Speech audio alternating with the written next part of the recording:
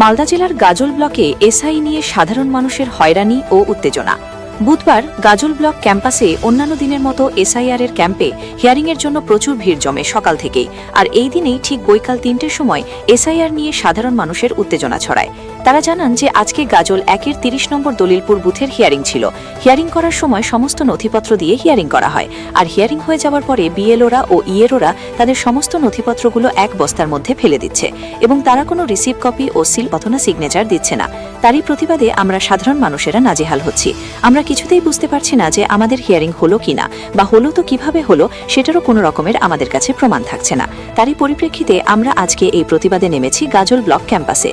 তারা আরও জানান যে আমাদের বুথে প্রায় ৬০০ ভোটারের হিয়ারিং এসেছে, আর কাউকেই হিয়ারিংয়ের রিসিভ কপি দিচ্ছে না। এখন যদি এতগুলো ভোটার বাদ যায় তাহলে আমরা কি করব? এর দায়িত্ব কে নেবে? এর সমস্ত দায়ভার পর্বে ভারতীয় জনতা পার্টির ওপরে বলে জানিয়েছেন দলিলপুর বুথের এক জনসাধারণ। তারা বেশ কিছুক্ষণ ধরে এই গাজল ব্লক ক্যাম্পাসে প্রতিবাদ করে।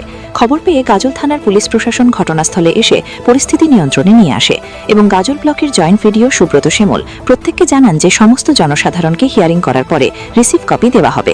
এই আশ্বাস নিয়ে সাধারণ মানুষেরা তাদের প্রতিবাদ করা বন্ধ করে দেয় এবং আবারও গাজল ব্লক ক্যাম্পাস জুড়ে শান্ত পরিবেশ সৃষ্টি হয়।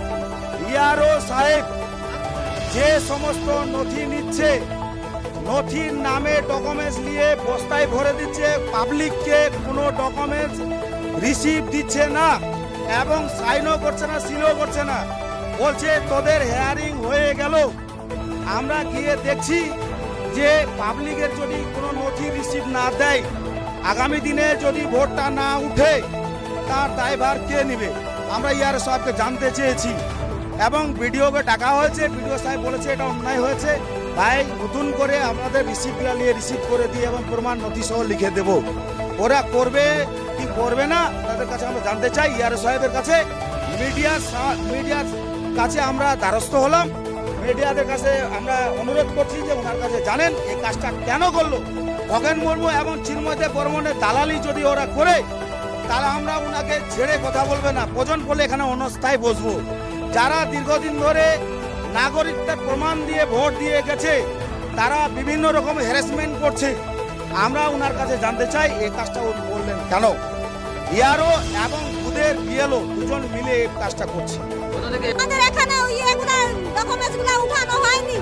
আমরা ভোটার কার্ড, আধার কার্ড কি ডকুমেন্টস আমরা যে জমা দিলাম ওটা তো উঠানো হয়নি।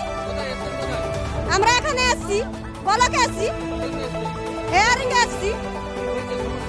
সমস্যা ওটাই হলো আমাদেরকে রাইট চিহ্ন কোনো কাগজের প্রমাণপত্র দিচ্ছে না। তো আমাদের এখন কি করবেন? এখন আমাদেরকে সই চাই। আমাদের যেটা ভালো হবে ওটা করতে হবে, যেটা আমাদের ভোটটা কার্যকারী থাকবে ওটা করতে হবে। সই দিচ্ছে না। কারো কাছে যাইনি। আমরা জানি, আমরা কানা মানুষ, পড়াশোনা জানি না। আমরা কি করে যাবো কি করছে না করছে। আমার নাম মাকপুরা খাতুন। আমি দলিতপুর থেকে এসেছি।